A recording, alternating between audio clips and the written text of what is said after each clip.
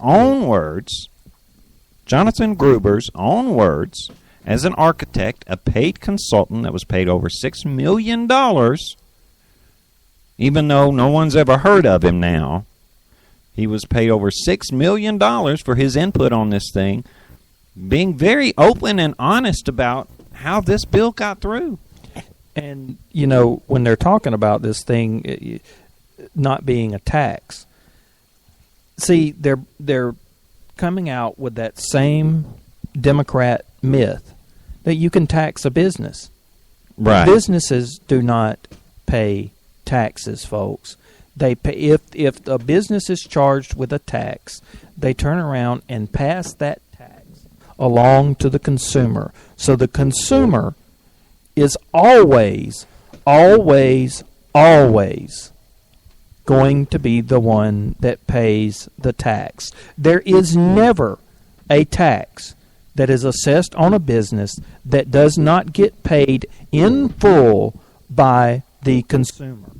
Well, we had Gruber himself saying, if this was viewed as a tax in any way, the bill dies.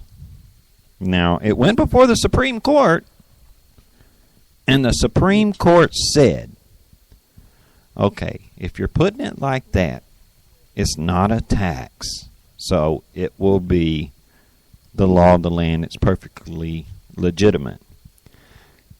It kind of makes me wonder now, if this is brought back before the Supreme Court, with the architect's own words saying this is essentially a tax,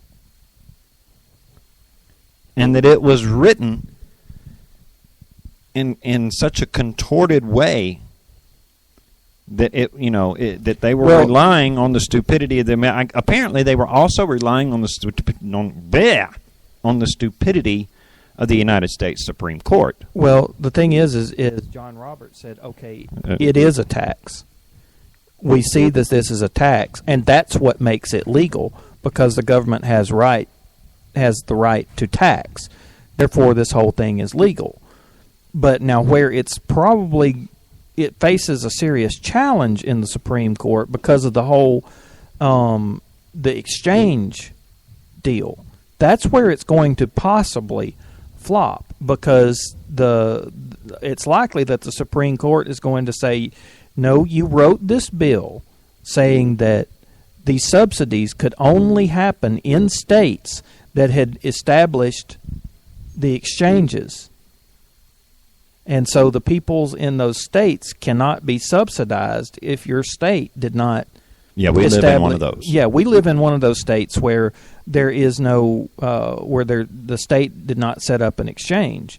So nobody in the state of Alabama is eligible for any of the subsidies. Right. For Obamacare. Talking about the Medicaid subsidies. The Medicaid subsidies.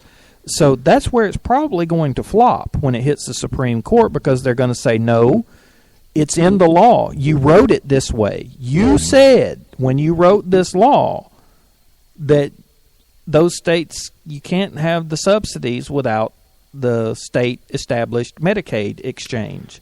Well, and you can see, dude, there's a lot facing this country right now.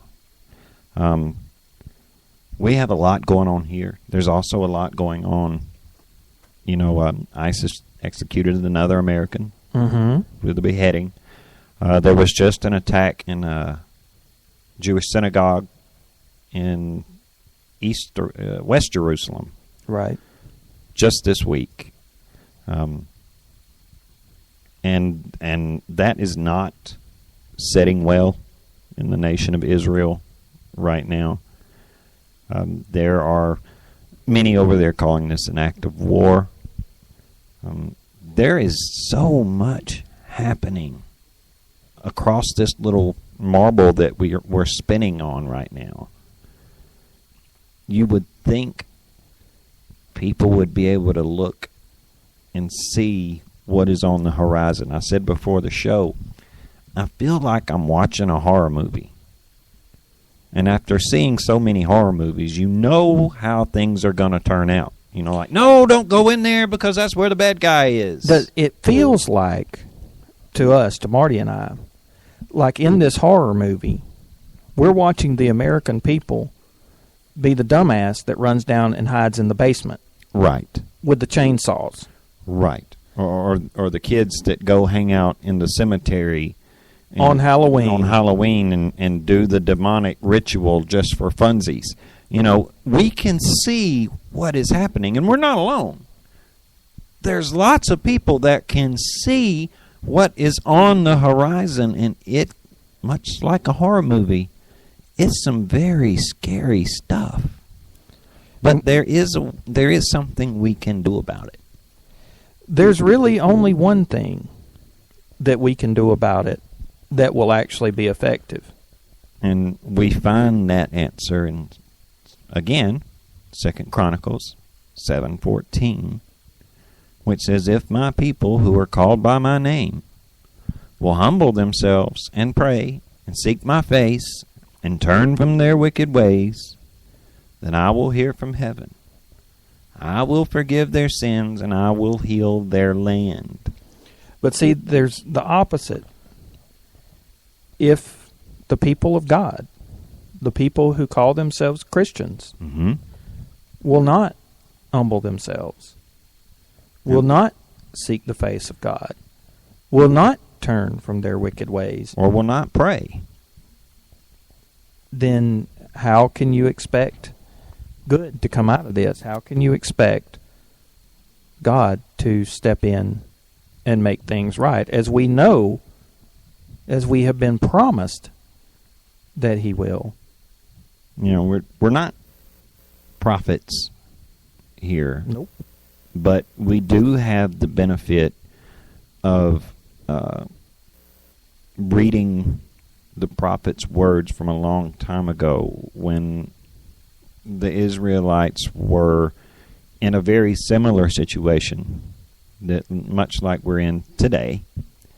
And there were prophets then that were jumping up and down and screaming and saying, hey, no good can come from this. If you don't humble yourself and pray and seek the face of God, then God is going to allow all of these horrendous things to happen to you. And I'm not trying to sound like an alarmist here and try to, win anyone over by fear. This is just a very realistic view of things. If we do not, as a nation, humble ourselves and seek to do the right things and for the right reasons, and seek the face of God and come back to Him. Well, I'll tell you what. If you don't take my word for it. Don't take Marty's word. Why don't you go read the last couple of chapters of the book of Acts? Read what happened to King Herod, who was king of the Jews under Rome, under the charge of Rome. Right. Just go read what happened to King Herod. I'll give you a hint. It's not a good thing when it mentions that you got ate by worms. Right. I mean, just go read that. See what happens when you won't humble yourself. All right, guys. With that, we're going to leave you guys. Please pray. I have a feeling this weekend is going to be highly eventful. Hit your knees, please. And do what I'm going to do. I'm going to go dig a deep hole and go hit my knees in that hole, and I'm going to throw the dirt back over it, over that hole, and just hide for the weekend. Yeah. In the meantime, though, man, please be good to each other. Pray for one another. Pray for our leadership. Pray for those that you don't agree with. Just pray, please. All right, guys. With any luck, we will see you again on Tuesday. Until then, be good to each other, please. Good night, y'all.